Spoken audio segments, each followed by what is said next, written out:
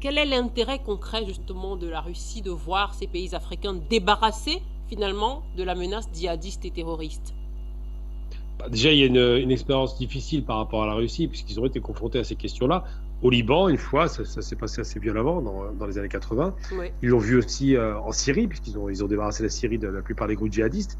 Ils l'ont eu sur leur territoire aussi. Il y a eu des attentats terroristes dont on se souvient par rapport à la question tchétchène, où il y a eu l'histoire du théâtre, par exemple, à Moscou, ou du métro. Enfin, il y a eu beaucoup d'attentats comme ça qui ont été multiples et qui ont été littéralement éradiqués, puisque les Russes n'y vont pas par quatre chemins. C'est nettoyage total. En général, ça laisse beaucoup de victimes, mais dans tous les cas de figure, ça dissuade complètement une nouvelle reprise de tentatives, soit d'enlèvement ou d'attentat. Et qu'est-ce que ça rapporterait à la Russie? Sur le plan de l'image et de la géopolitique, c'est évident. Lui vient d'en parler. Mais par contre, sur un plan économique, ça a aussi un sens. Non pas que les Russes aient besoin de ressources africaines, c'est faux, ils n'en ont pas besoin. C'est un échange de bons procédés. Ils auraient peut-être besoin des devises africaines, pourquoi pas? Ils vendraient de la technologie, ils pourraient être partenaires, ils pourraient dynamiser leurs échanges en destination du continent africain et vice-versa. Mais ce dont les Russes ont besoin le plus, c'est de la stabilité des cours de matières premières dont ils sont eux-mêmes très friands et ils en produisent énormément. Pétrole, gaz, on le sait déjà, mais terres rares, il y en a aussi beaucoup en Russie. Ils ont quasiment, c'est un continent. On oublie toujours que la Russie, et c'est l'Europe. J'ai l'Europe, ce qui reste de l'Europe occidentale, c'est des brindilles par rapport à la superficie russe. Et donc la Russie, qui possède toutes les ressources, est pratiquement équivalente, c'est à peu près la moitié du territoire africain, à l'Afrique. Et elle a tout intérêt à ce que ces ressources soient garanties par des hommes qui ne sont pas inféodés à Wall Street ou à la City ou encore à Chicago sur le marché des matières premières ou des denrées alimentaires. Elle a tout intérêt à ce que ces ressources, comme l'OPEP+, d'ailleurs, c'est un exemple très intéressant, l'OPEP plus ces pays qui ne sont pas nécessairement membres de l'OPEP se sont mis d'accord pour faire monter les prix du pétrole et du gaz, eh bien là, c'est pareil. Sur d'autres matières premières vitales, donc la nourriture en substance, les matières, tout ce qui est blé, orge et autres, eh bien les Russes ont tout intérêt à ce que les Africains contrebalance l'immense poids économique que représentent les États-Unis en matière de production céréalière.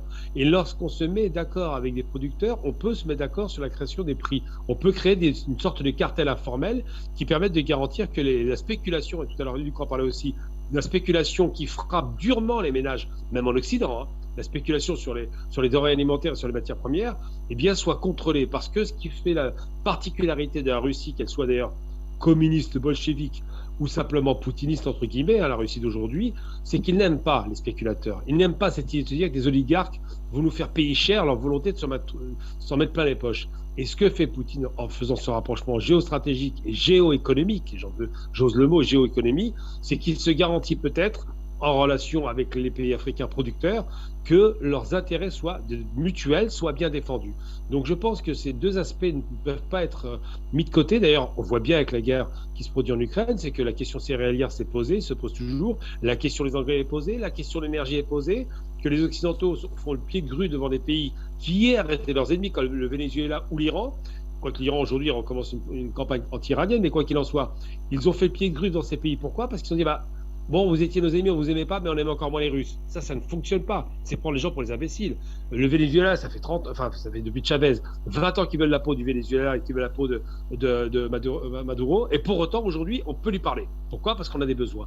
Eh bien, ça, c'est très mal vu. C'est prendre les gens pour les imbéciles. Les États, pour des gens des structures qui n'ont pas de mémoire, mais les États ont une mémoire profonde, longue, et les Russes l'ont très bien compris. Donc, je pense que cette relation de partenariat stratégique, où la Russie et la Chine, qui sont à la fois des producteurs de ce qu'on appelle les terres rares, donc des matériaux très précieux et très rares, et en même temps de grands producteurs pour la Russie énergétique ou industrielle pour la Chine, ont besoin de garantir que le marché africain soit stabilisé et que les spéculateurs n'aient plus la main dessus. C'est une des raisons pour lesquelles je pense que les Russes ont tout intérêt à se rapprocher de l'Afrique. Ils n'ont pas besoin d'énergie, ils ont besoin de garantir que l'énergie qu'ils vendent soit aussi intéressante pour le producteur que peut-être pas trop cher pour le consommateur, mais au moins ça garantisse la production à des prix raisonnables comme ça n'était pas le cas. Et je rappelle que le pétrole, il y a encore 20 ans, valait 9 dollars le baril.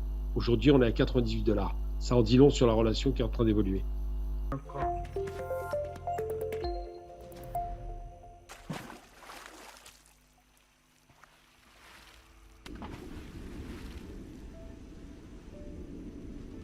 Afrique Média. Le monde, c'est nous.